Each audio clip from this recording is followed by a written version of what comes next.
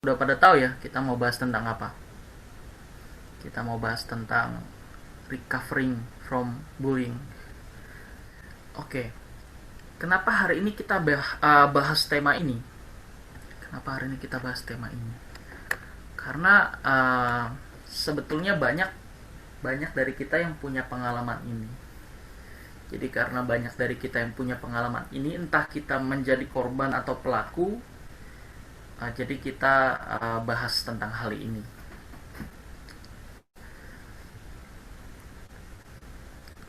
Oke, terkait kata bully atau bullying, sebelum kita masuk kepada sharing dan pembahasan menurut Alkitab, kita belajar konsep dasarnya dulu. Sebetulnya bullying itu apa? Jadi ciri-ciri bullying itu apa? Maksudnya dikatakan bullying itu kalau apa? Kalau apa? Nanti kita belajar. Nah, dari gambar ini kita kita lihat ya, kita tahu kalau bullying itu nggak hanya kekerasan secara fisik nih ya, tapi juga mengacu pada kekerasan secara verbal dan juga lewat dunia maya. Ini sebetulnya sudah termasuk atau dikategorikan bullying.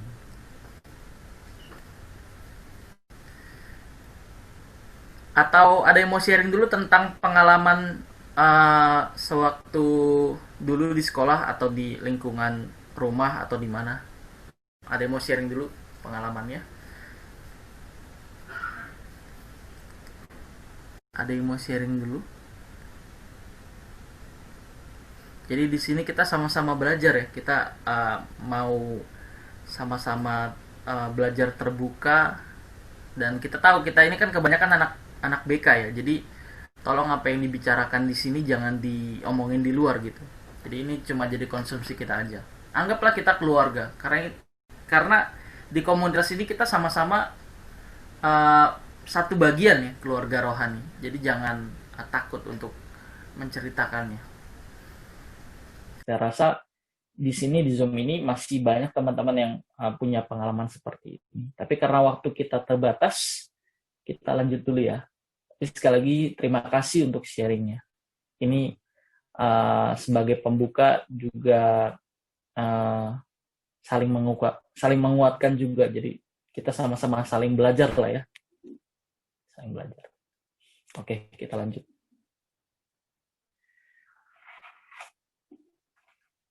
Karena kita ini pembahasannya uh, dalam konteks komsel ya. Jadi angle kita itu harus berdasarkan kebenaran, berdasarkan firman Tuhan apa. Jadi perspektif kita berdasarkan Alkitab ya, berdasarkan Alkitab. Ya nanti di sini ada beberapa penjelasan secara psikologisnya, tapi angle kita itu harus berdasarkan kebenaran. Begitu ya. Recovering from bullying. Jadi gimana sih cara kita itu bisa memulihkan, menyembuhkan trauma atau dampak akibat bullying ini? Oke, seperti yang tadi saya katakan di awal, kita akan membahas konsep dasarnya terlebih dahulu. Jadi bullying itu apa sih? Nah ini dia. Bullying atau perundungan menurut KBBI versi kelima online tahun 2017 artinya adalah mengganggu, mengusik terus-menerus, menyusahkan. Terus yang kedua adalah menyakiti orang lain secara fisik maupun emosional dalam bentuk kekerasan verbal, sosial, dan fisik berulang kali dan dari waktu ke waktu. Seperti misalnya memanggil nama seseorang dengan julukan tertentu, memukul, mendorong, menyebarkan rumor atau fitnah, mengancam, merongrong itu merugikan atau menyusahkan. Nah, kalau secara sosial apa nih? Secara sosial itu dikucilkan. Bullying juga bisa disebut sebagai perisakan. Nah, dalam KBBI juga artinya mengusik atau mengganggu. Jadi ini definisi menurut KBBI ya. Nah, kita juga bisa melihat nih definisi bullying yang beraneka ragam dari mesin pencarian web di Google. Pencarian dengan mesin pencari web Google akan memberikan banyak definisi. Berikut ini definisi bullying untuk sekolah-sekolah di Australia. Bullying adalah penyalahgunaan kekuasaan yang berkelanjutan dalam suatu hubungan. Di sini ada clue-nya ya. Bullying itu penyalahgunaan kekuasaan yang berkelanjutan, berarti terus-menerus dalam suatu hubungan melalui tindakan verbal, fisik, dan sosial yang berulang, yang menyebabkan kerugian fisik dan psikologis.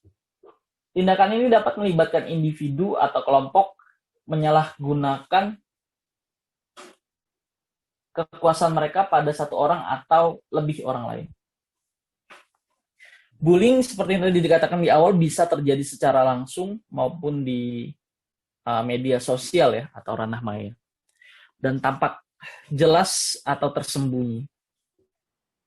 Kalau yang tersembunyi itu yang pengucilan ya, sanksi sosial itu yang tersembunyi.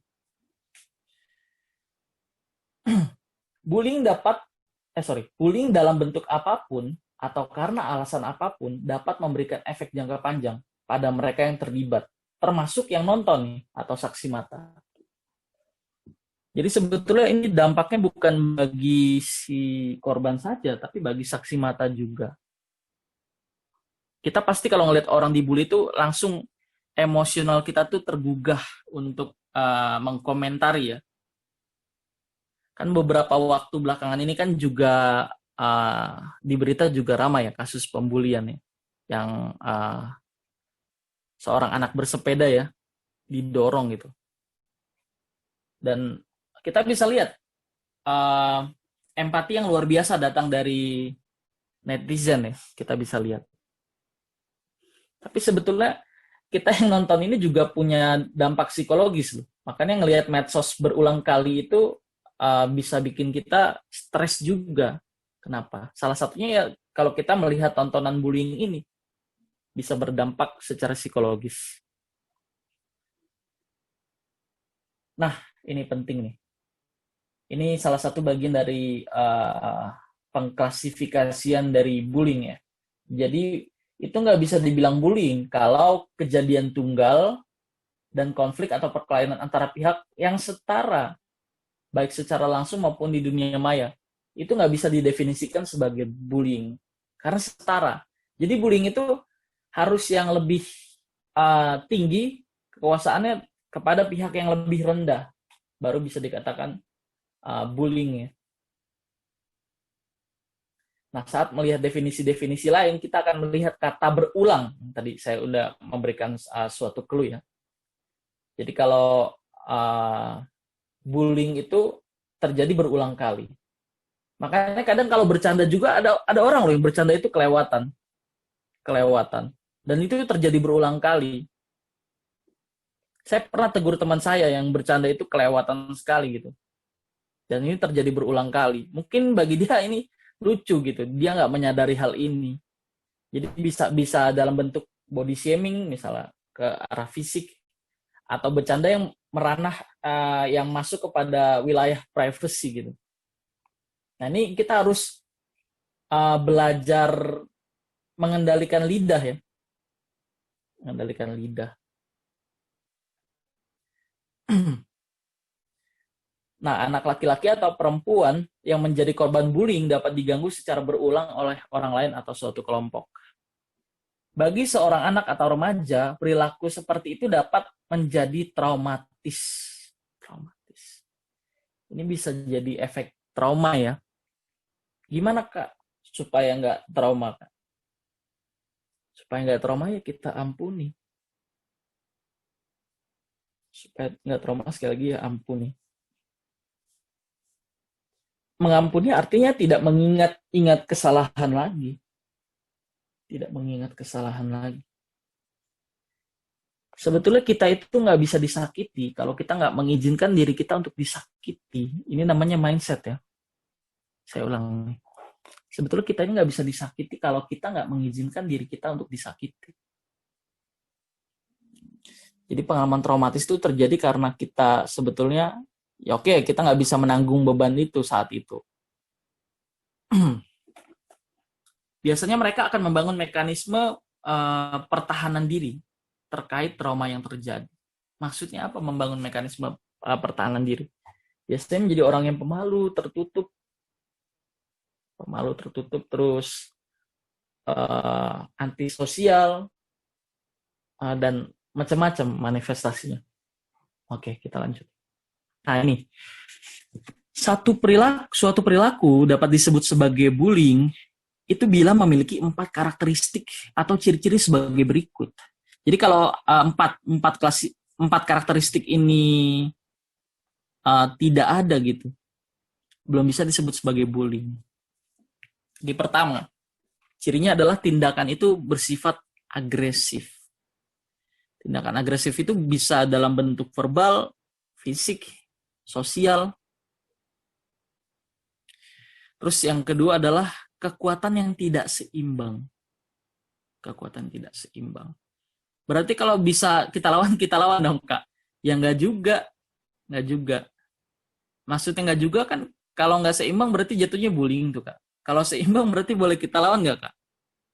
Tergantung arahan Tuhan sebetulnya. Tergantung arahan Tuhan. Nah ini kan jadi susah ngasih taunya. Kok tergantung arahan Tuhan, Kak? Sekali lagi, kalau perjanjian lama itu kan melakukan apa yang tertulis. Jangan mencuri, jangan membunuh, jangan berzina. Ya kita lakukan itu aja apa yang tertulis. Tapi kalau perjanjian baru kan sangat batiniah ya. Kita bukan melakukan apa yang tertulis seperti yang dilakukan umat perjanjian lama, tapi melakukan apa yang Bapa kehendaki. Nah, melakukan yang Bapa kehendaki gimana? Kalau kita nggak punya kebenaran, ayo. Jadi, kalaupun marahnya berapa derajat nih? Kalaupun mau ngebalikinnya gimana gitu? Jadi segala sesuatu harus berdasarkan arahan Tuhan. Arahan Tuhan itu didapat kalau kita punya kebenaran, punya konsep-konsep yang didapat dari kebenaran. Punya pikiran perasaan Allah. Jadi itu yang disebut sebagai arahan Tuhan. Arahan Tuhan. Jadi logos yang kita pelajari, terus situasi diizinkan Tuhan terjadi sama diri kita, baru logos yang kita pelajari bersuara. Itu yang disebut sebagai rema ya. Rema. Jadi tergantung arahan Tuhan apa. Tentu ini bukan mistik ya atau audible ya. Misal gini, Tuhan, saya harus balas nggak ya tindakan ini Tuhan? Saya harus balas nggak? Terus Tuhan bilang, jangan balas. Masa begitu? Kan nggak mistik ya. Nggak mistik sekali lagi. Tapi sesuatu yang natural. Maksudnya natural apa, Kak? Ya apa yang kita pelajarin logosnya. Yang kita pelajari itulah yang akan diterjemahkan dalam kehidupan sehari-hari. Jadi pada saat kita menghadapi situasi itu, logos yang kita pelajari bersuara. Gitu ya. Oke. Terus yang ketiga adalah pengulangan. Pengulangan.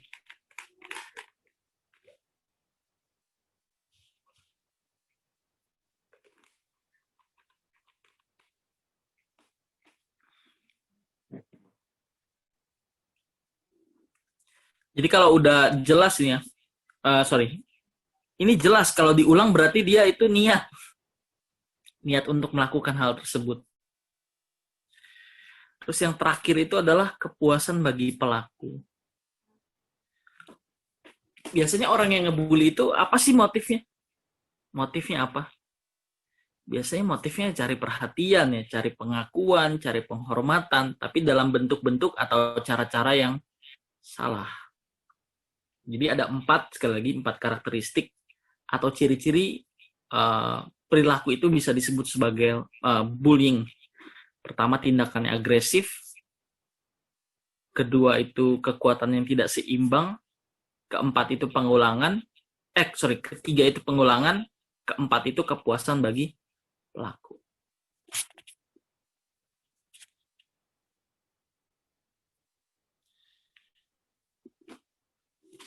Nah, bullying itu sebetulnya masalah universal ya.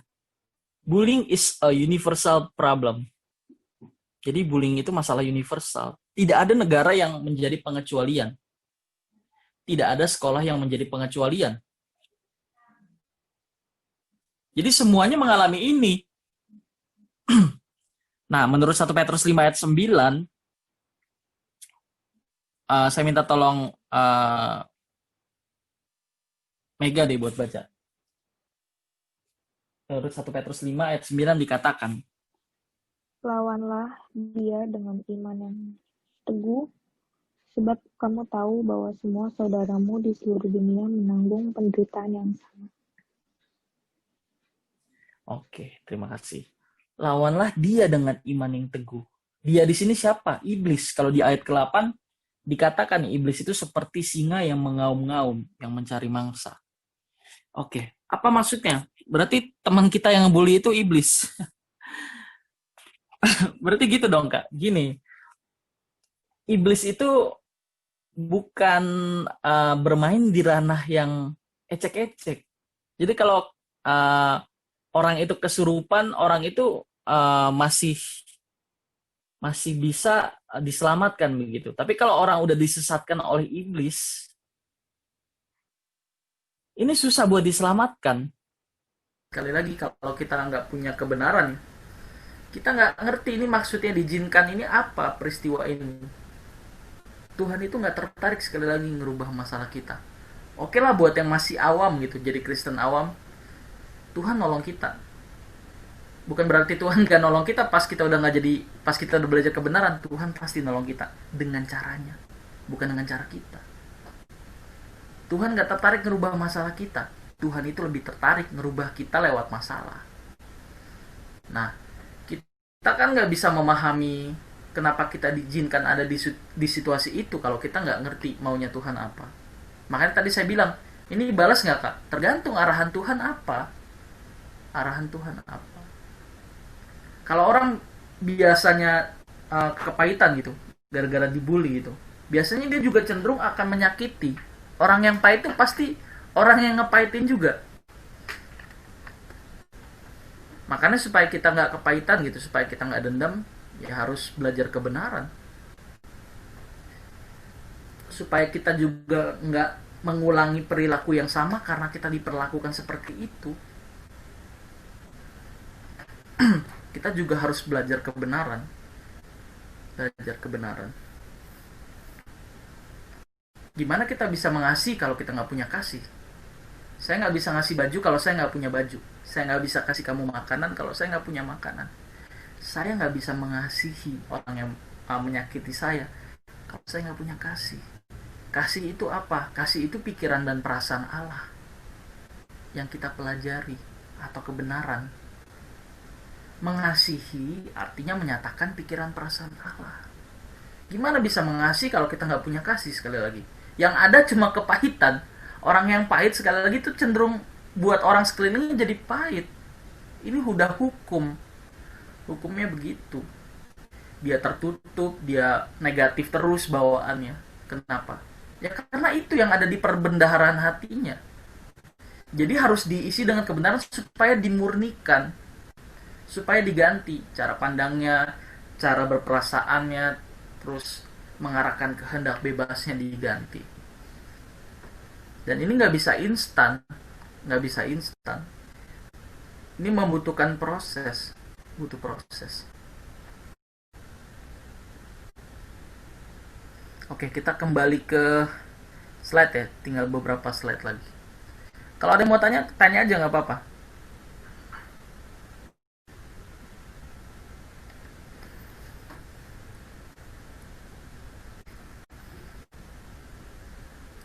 Banyak ya, 40% peristiwa bunuh diri itu terjadi karena bullying. Berarti kan ini bukan hal sepele, bukan hal sepele. Nah, kita sebagai guru BK ini kan kebanyakan lulusan BK nih di sini. Kebanyakan kita lulusan BK. Sebagai pendidik ya kita setelah tahu ini apa yang mau kita lakukan. Setelah ini apa yang mau kita lakukan? Karena pasti kita akan menghadapi ini nanti.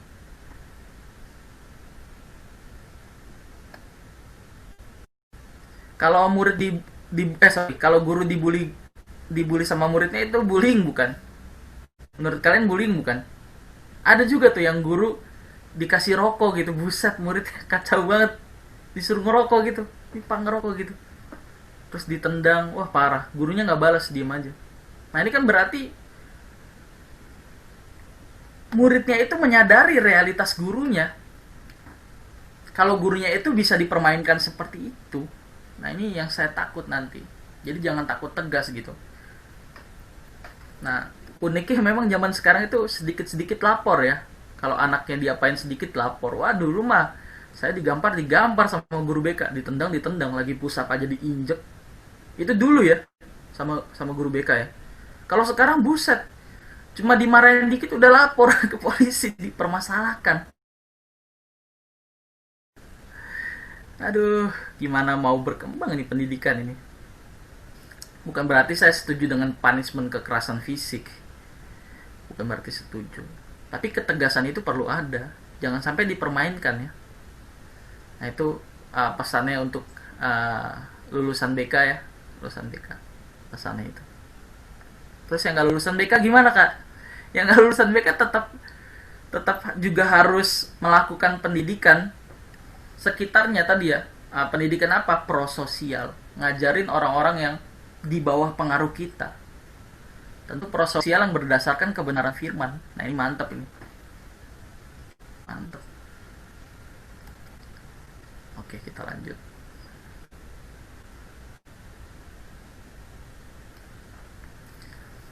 Nah di mana bullying terjadi? Sebagian besar kalau boleh jujur di sekolah. Bener di sekolah ya. Tadi dari cerita-ceritanya itu semuanya di sekolah kayaknya. Semuanya di sekolah. Akan tetapi tidak menutup kemungkinan bullying itu terjadi di tempat lain, seperti di lingkungan rumah atau tempat kegiatan ekstrakurikuler. Nah, belakangan ini juga dengan perkembangan teknologi yang ada, bullying itu terjadi di ranah media sosial. Saya pernah difitnah parah banget, abis. Sehabis-habisnya itu parah banget difitnahnya. Terus saya ngapain? Saya diem. Kok diem? Karena diarahinnya diem. Nah ini beda ya, kalau diem tapi nggak tahu harus ngapain lagi. Nah kalau udah tahu kebenaran, terus kita udah tahu cara ngeresponnya, enak. Tahu nggak apa yang terjadi? Bukan saya nggak bisa lawan, saya sangat bisa melawan. Teman saya banyak, tapi saya diem gitu. Yang terjadi apa? Satu persatu orang yang jatuhin saya itu datangin saya gitu, minta maaf.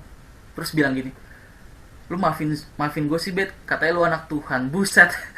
Dia udah jatuhin saya parah begitu, dia balik-balik ngomong kayak begitu. Terus aduh, terus hati nurani saya bilang, aduh, ini kecewa dan mengampuni pada saat yang bersamaan ini. Luar biasa beratnya ini. Nangkep gak nih? Jadi sakit hati juga gitu. Tapi ya begitu, karena kita kita apa nggak boleh dendam sama orang, ya udah. Jadi kecewa dan mengampuni pada saat yang bersamaan gitu. Sekali lagi kok diem? Karena diarahinnya diem. Nah tergantung nih nanti kebenaran apa yang kita pahami. Jangan nggak ada logos.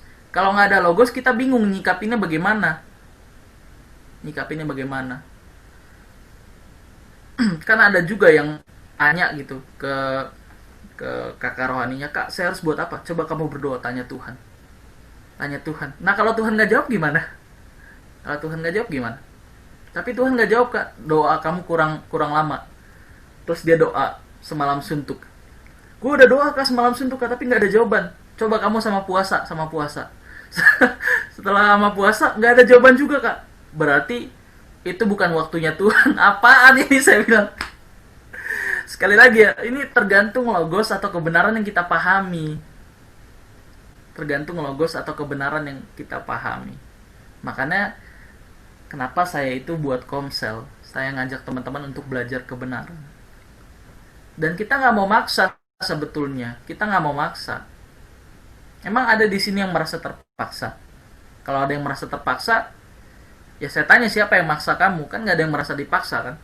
Nggak ada yang merasa terpaksa. Kita juga nggak rugi kok. Mau cuma 5 orang, 3 orang, it's okay, kita tetap jalan begitu. Karena kita mau kasih tahu yang benar. Karena saya ngelewatin lebih dulu. Setelah saya belajar kebenaran, saya diubah, saya ngerasa berubah, dan sekeliling saya juga kelihatan berubah. Nah, saya mau ngajak teman-teman nawarin kegiatan ini, mau ngajak teman-teman. Oke, lanjut ya, ini paragraf terakhir. Bullying terjadi di sekolah swasta yang mahal sampai sekolah negeri yang gratis. Jadi mau sekolah swasta atau negeri yang nggak bayar, yang berbayar, yang mahal, yang nggak terlalu mahal, tetap aja ada. Sekali lagi tadi kuncinya, selama kita menjadi makhluk sosial, kita nggak bisa menghindarkan hal ini. Di sekolah sekuler maupun sekolah yang berbasis agama sekalipun, ini berdasarkan survei penelitian dari buku yang saya punya, karangan Robert Pariera. Jadi ini bukunya, saya kebetulan ada bukunya. Di sini juga tertulis survei-survei. Jadi saya ambilkan dari buku ini. Nah, di sekolah yang berkurikulum nasional juga yang berkurikulum internasional. Di sekolah yang bermurid homogen atau heterogen. Di sekolah yang sudah lama berdiri maupun sekolah yang baru berdiri. Jenis sekolah tidak membuat bebas dari perilaku bullying. Jadi kita pasti akan menemukan situasi ini.